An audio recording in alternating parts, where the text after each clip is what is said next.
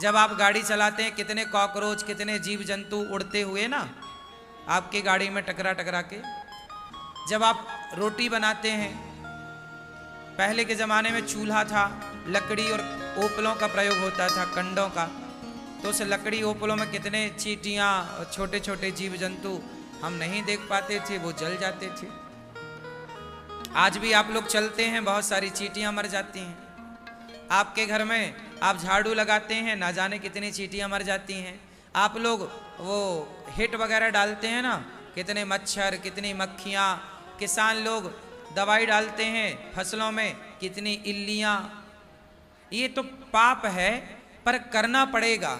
चूहा, अब चूहा तो कोई मारना नहीं चाहता, पर इतना नुकसान करते हैं कि आप दवाई रख देते हैं, चूहा मर जाता है।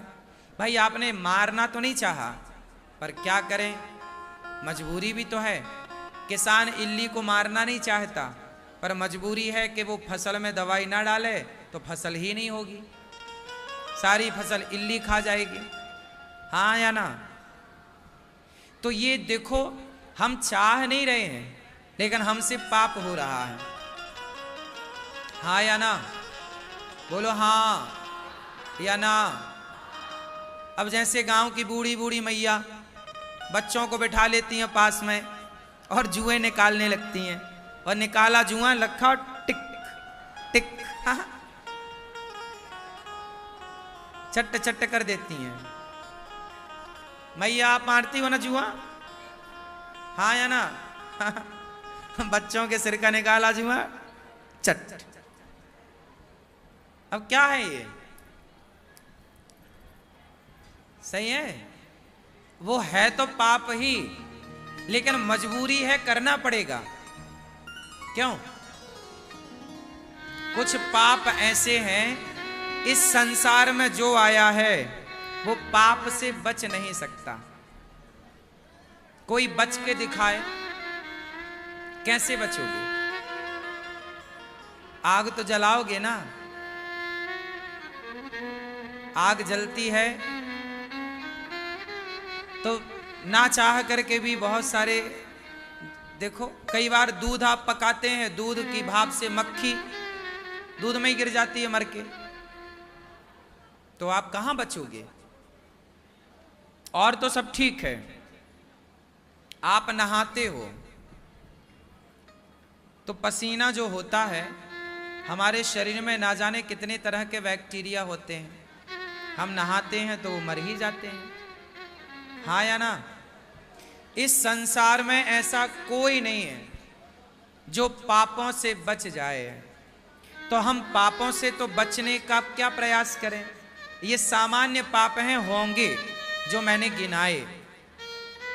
अब इन पापों को तो हमने कर ही लिया है, ना जाने हमसे कितनी मक्खी, मच्छर, चूहा, इल्ली और चींटी, कॉकरोच सब मर ही चुके हैं। मेंढक कितना हो चुका है, क्या करें? बोले अब इसका प्रायश्चित कर लेते हैं। अब हो तो गया, रोक तो सकते नहीं आप, अब क्या कर लें? प्रायश्चित। क्या कर लें? बोलो, प्रायश्चित कर लें। तो इस सारे पाप का प्रायश्चित क्या है? बोले जब आप भागवत सुनते हैं तो आपके जीवन में ये सारे छोटे मोटे जो पाप हैं, उन पापों से आप मुक्त हो जाते हैं। भागवत जी आपको निष्पाप कर देती हैं। अच्छा एक बात बताओ, आप में से कितने लोगों ने नया घर बनाया है अपने जीवन में? कभी जब भी आपने बनाया अपने लिए घर, किस किस ने बनाया है? जो बनाए हैं वो हाथ उठाएं।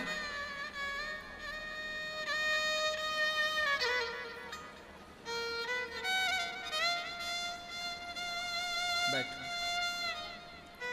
घर बनाए हो तो जब आप प्लॉट पर घर बनाते हो तो खुदाई होती है ना आपके प्लॉट में।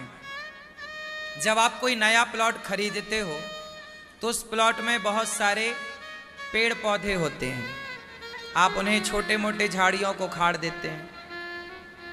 आप वहां खुदाई करते हैं तो ध्यान से देखेंगे बहुत सारी चींटियां होती हैं जिनका ठिकाना वर्षों से वही था, अब वो घर के लिए जगह आपने ली तो आपने साफ सफाई कराई, और जब साफ सफाई कराई तो ना जाने कितने चूहों का वो घर रहा होगा, ना जाने कितनी चींटियों का वो घर रहा होगा, ना जाने कितने सांपों का घर रहा होगा, वहां सांप भी रहते रहे होंगे।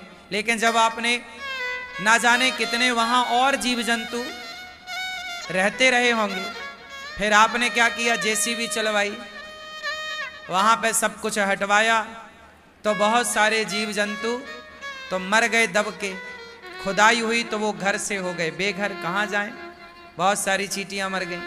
इसलिए जब घर बनाते हो ना तो सबसे पहले आप क्या करते हो, भूमि पूजन।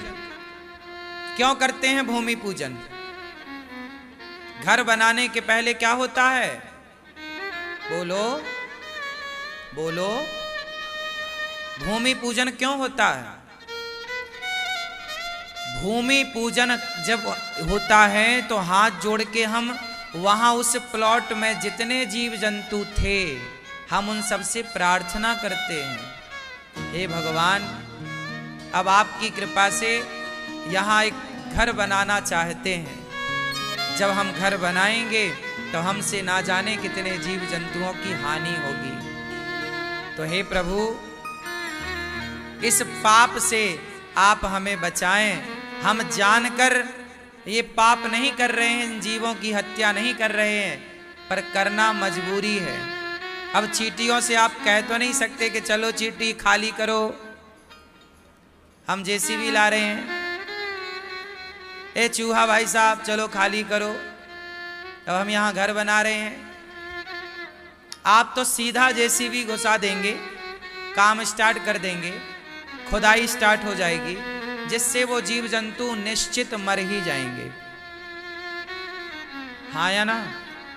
तो उस पाप से बचने के लिए हम शुरू में क्या करते हैं, पूजा करते हैं। इसलिए हमारे यहाँ एक परंपरा है चींटियों को दाना डालने की। जिस घर में आप रहते हो आपसे पहले उस घर में, उस प्लॉट में चींटियों का बसेरा था, हाँ या ना? चींटी मतलब हर छोटे जीव जंतु को आप चींटी मान लो,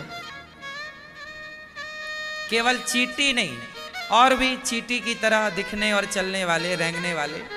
इसलिए हम सनातनियों ने क्या कहा कि चींटी हमने तुम्हारा घर उजाड़ा है, हमने तुम्हारे घर में अपना घर बनाया है, लेकिन याद रखना हम सदा तुम्हारी संतान को, तुम्हें जीवन भर पहले खाने से पहले मुट्ठी भर आटा तुम्हारे नाम का निकालते रहेंगे, पहले तुम्हारा पेट भरेंगे फिर हम खाएंगे। इसलिए सनातनियों के घर से मुट्ठी भर आटा चींटियों के नाम से निकाला जाता है।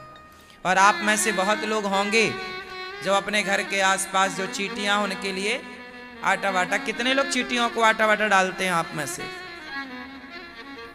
मैया आप नहीं डालती हो? गुड़ डाला करो, चींटियों को गुड़ भी, आटा, कुछ मीठा बनाओ तो आपके आसपास गार्डन होगा, पार्क होगा, कुछ हरा भरा माटी इत्यादि, वहां जरूर डालना। चींटियां वहां होती ही होती, तो पहला हिस्सा चींटियों को, क्योंकि हम उनके घर पर रह रहे हैं। वो पहले प्लॉट में किसका ठिकाना था?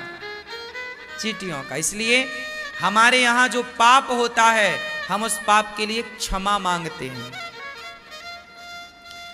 तो हमसे जो जाने अनजाने में पाप होते हैं उन सभी पापों से बचने के लिए हम एक भागवत सुनते हैं, और भागवत की कथा सुनने से भगवान प्रसन्न होकर हमसे हुए पाप, जैसे दीपक जलते ही अंधकार नष्ट हो जाता है, ऐसे कथा सुनते ही सारे पाप नष्ट हो जाते हैं, पापों का अंधकार मिट जाता है।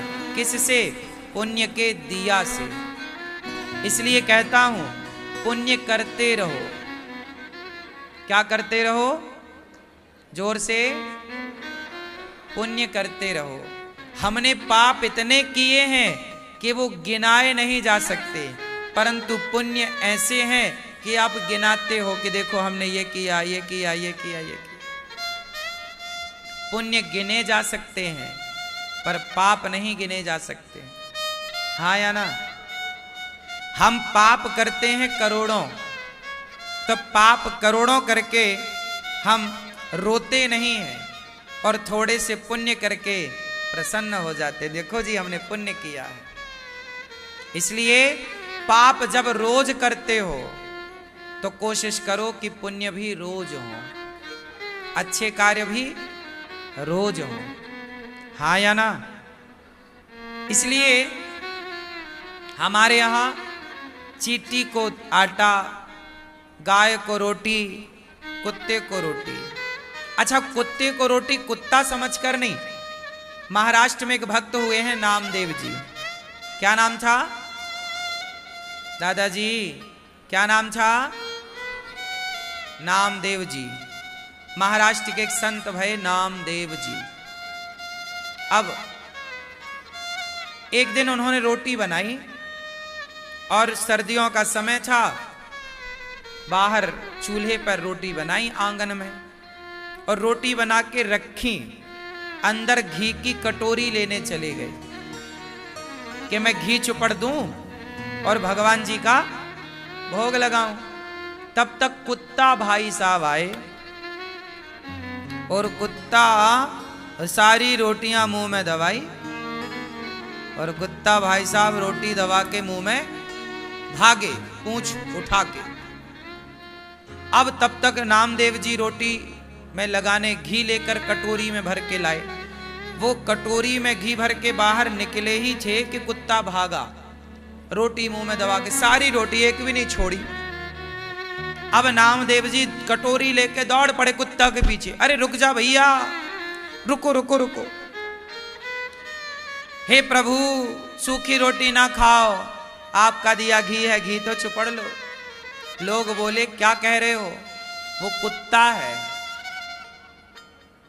नामदेव जी बोले तुम्हें कुत्ता दिख रहा है, हमने तो रोटियां भगवान के लिए रखी थी, तो भगवान ही इस रूप में आके मेरी रोटियों का भोग लगा रहे हैं। भैया प्रभु सूखी ना खाओ, रोटी में घी चुपड़ के खाओ, ये लो घी। सबको कुत्ता नजर आया पर नामदेव जी को भगवान नजर आए। जाकी रही भावना जैसी, भगवान कहां है? भगवान मंदिर में नहीं, आपकी दृष्टि में।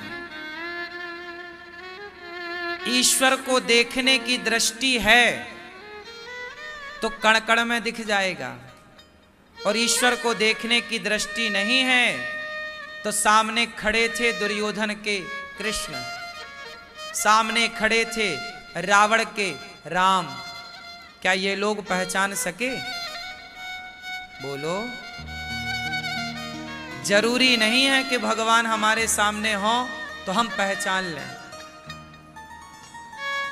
पता नहीं आप मंदिर में किस भाव से जाते हैं, पता नहीं आप मूर्तियों को किस भाव से देखते हैं, लेकिन भक्त का एक अपना भाव होता है, एक अपना दृष्टिकोण होता है, एक अपना नजरिया होता है।